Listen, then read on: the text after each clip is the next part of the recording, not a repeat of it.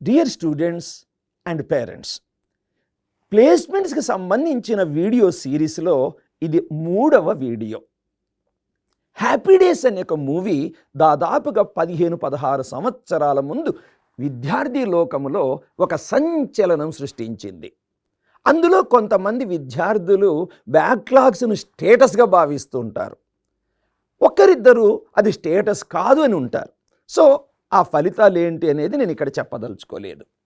So placements కోసం బ్యాక్లాగ్స్ శాపమా వరమా?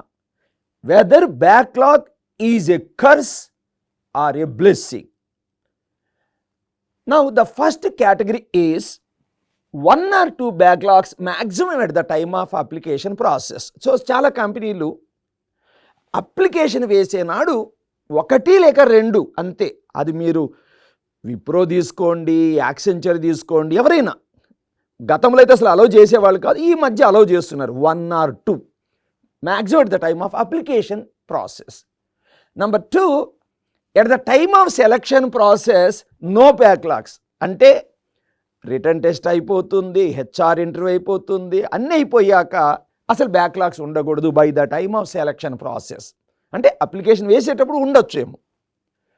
3వ కేటగిరీ చూడండి, at the time of joining. అంటే ఫైనల్ ఇయర్లో ప్లేస్మెంట్స్ అవుతాయి, నువ్వు జాయిన్ అయ్యేలేకే బీటెక్ అయ్యి ఆ తర్వాత ఎప్పుడో జూన్లోనో జూలైలోనో జాయినింగ్ అవుతావు. ఆ టైంకి బ్యాక్లాగ్స్ ఉండకూడదు. నాకు తెలిసి ముందు కొంతమంది మంచి విద్యార్థులు నెగ్లిజెన్స్ వలన జాయినింగ్ టైంలో లాస్ట్లో కొన్ని బ్యాక్లాగ్స్ పడి జాబ్ పోగొట్టుకున్న వాళ్ళు ఉన్నారు. జాగ్రత్త. No history of backlogs. అతి తక్కువ కంపెనీలు, వోడాఫోన్ లాంటి కంపెనీ అనుకుంటాను, అసలు హిస్టరీయే ఉండకూడదు. అంటే సప్లిమెంటరీ ఎగ్జామ్ అనేదే తన చరిత్రలో ఉండకూడదు.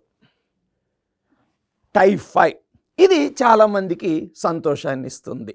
అంటే కోడింగ్ కాంపిటీషన్స్, అంటే టీసీఎస్ కోడ్వీటా అనుకోండి, ఇన్ఫోసిస్ ఇన్ఫోటీక్యూ, గూగుల్, అమెజాన్, కొన్ని కంపెనీలు ఉన్నాయి. కోడింగ్ ఛాలెంజెస్ అంటే నీ స్కిల్ సెట్ టెస్ట్ చేస్తారు.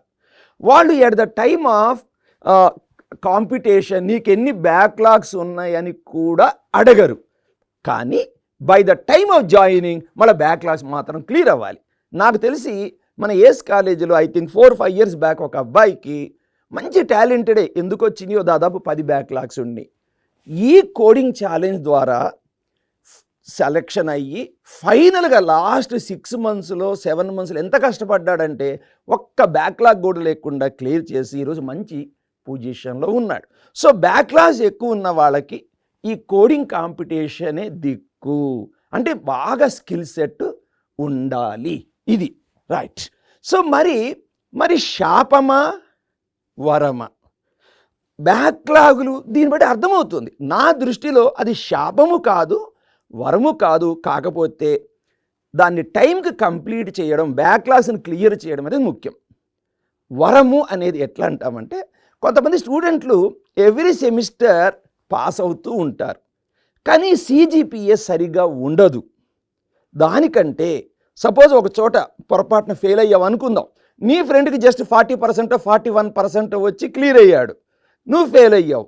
కానీ బ్యాక్లాగ్ క్లియర్ చేసేటప్పుడు కనుక ఆ సబ్జెక్ట్లో నువ్వు 80% 90% CGPA బాగా తెచ్చుకున్నావు అనుకో, అది వరం అవుతుంది. సో కొన్ని చోట్ల CGPA పెరగడానికి, ఎందుకంటే CGPA కూడా ప్లేస్మెంట్స్లో డిసైడ్ చేస్తుంది కొన్ని చోట్ల. సో ఆ యాంగిల్లో ఎవరికైతే బ్యాక్లాగ్ పడుతుందో అది క్లియర్ చేసేటప్పుడు ఏదో సబ్జెక్ట్ క్లియర్ అయ్యానని కాకుండా ఎక్కువ మార్కులు వచ్చి తెచ్చుకోగలిగితే అది వరమే అవుతుంది. సో మై డియర్ స్టూడెంట్స్, దయచేసి బ్యాక్లాగ్స్ని మాత్రం స్టేటస్గా అనుకోకండి. అప్పుడప్పుడు పడతాయి. ఎందుకు పడతాయి సార్ అంటే, ఒక్కోసారి మంచి విద్యార్థులకు కూడా 1 or 2 ఫ్యాకల్టీస్ 100లో కొంచెం శాడిస్టిక్గా ఉంటారు. వాళ్ళ వాల్యుయేషన్ ప్రాసెస్ ఘోరంగా ఉంటుంది. సో ఆ ఘోరంగా ఉన్నప్పుడు ఒక్కోసారి మంచి విద్యార్థులు కూడా ఫెయిల్ అయిపోతూ ఉంటారు. సో అందువల్ల బ్యాక్లాగ్ వచ్చిన వాళ్ళందరూ చేతగానాలు కూడా అనుకోవద్దు.